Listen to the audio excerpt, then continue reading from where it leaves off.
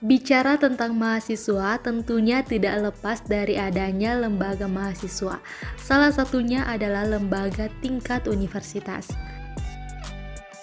Di Unhas sendiri ada Badan Eksekutif Mahasiswa Unhas sebagai lembaga tingkat universitas. Namun tahukah kamu, sebelum seperti sekarang ini, lembaga ini ternyata telah beberapa kali gonta-ganti nama loh. Nah, begini ceritanya. Awal mulanya lembaga mahasiswa tingkat universitas bernama Dewan Mahasiswa atau DEMA saat tahun 1975. Kemudian berganti nama menjadi Senat Mahasiswa Unhas atau SMUH, lalu Lembaga Mahasiswa atau LEMA. LEMA pertama kali dibentuk melalui pemilihan umum pada tahun 2000 dengan mengadopsi bentuk negara.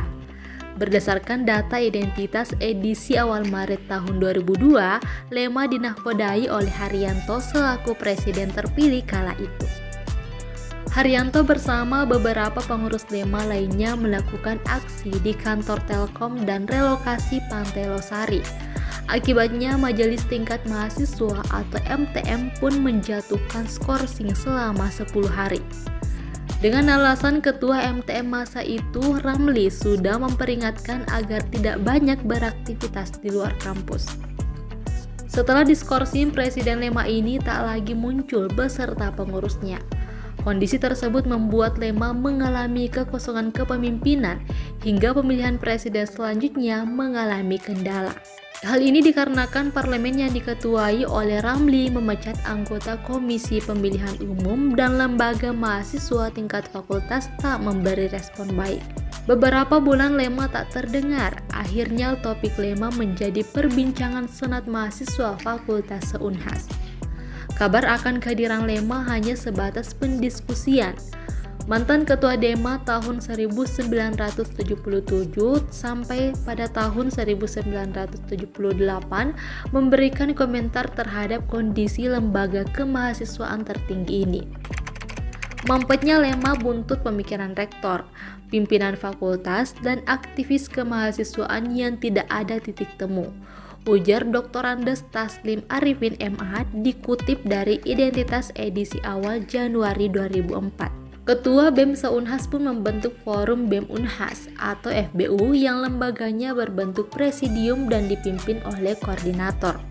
FBU menghasilkan Badan Pekerja atau BP dan Komisi Pemilihan Umum atau KPU.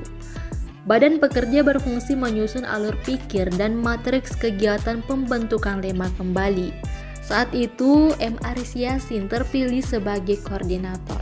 Selang beberapa bulan kemudian, KPU menetapkan pemilu raya digelar pada 3-5 April 2006. Pada pemilu kali ini, sistem partai kembali digunakan. Adapun partai yang bersaing dalam pemilu raya ini adalah Partai Damai Lestari, Partai Akademis, Partai Revolusi Bersatu mengusung Arham, Muhatsir M. Hamid sebagai calon independen, Syahnudin calon dari Partai Pijar Keadilan, Anas Isham dari Partai Independen, Abdul Waris dari Partai Mahasiswa Bintang-Bintang, dan M. Aris Yasin dari Partai Tunas Muda dan Partai Pelangi. Tahun 2006 jumlah mahasiswa yang menggunakan hak suaranya pada pemilihan sebanyak 6.209 dari total 19.403 mahasiswa. Arham pun berhasil terpilih dengan mengantongi 2.534 suara. Di masa kepemimpinannya, LEMA berganti nama menjadi Badan Eksekutif Mahasiswa atau BEMU. Namun setelah tahun 2006, BEMU kembali tak bertuan. Selang tahun 2019, BEM Unhas kembali bertuan dengan terpilihnya Abdul Fatir Kasim dari Fakultas Teknik sebagai Presiden BEM UH. Namun hal ini rupanya menjadi persoalan buntut dari peraturan rektor organisasi mahasiswa yang mengakibatkan beberapa lemo fakultas dibekukan. Belum lagi saat pemilihan ketua BEMU terkesan rahasia dan terburu-buru. Tahun 2021 menjadi tahun yang geger bagi lembaga kemahasiswaan Unhas. Pasalnya, terpilihnya Imam Mobilingo sebagai formatur Presiden BEM Unhas mengundang kontroversi atas latar belakangnya.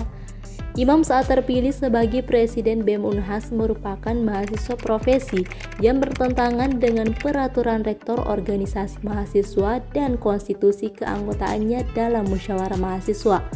Akibatnya, BEM Unhas di masa kepemimpinan Imam Mobilingo hanya menyisakan 3 BEM fakultas sebagai anggota, ialah dari Fakultas Kedokteran Gigi, dan Fakultas Farmasi.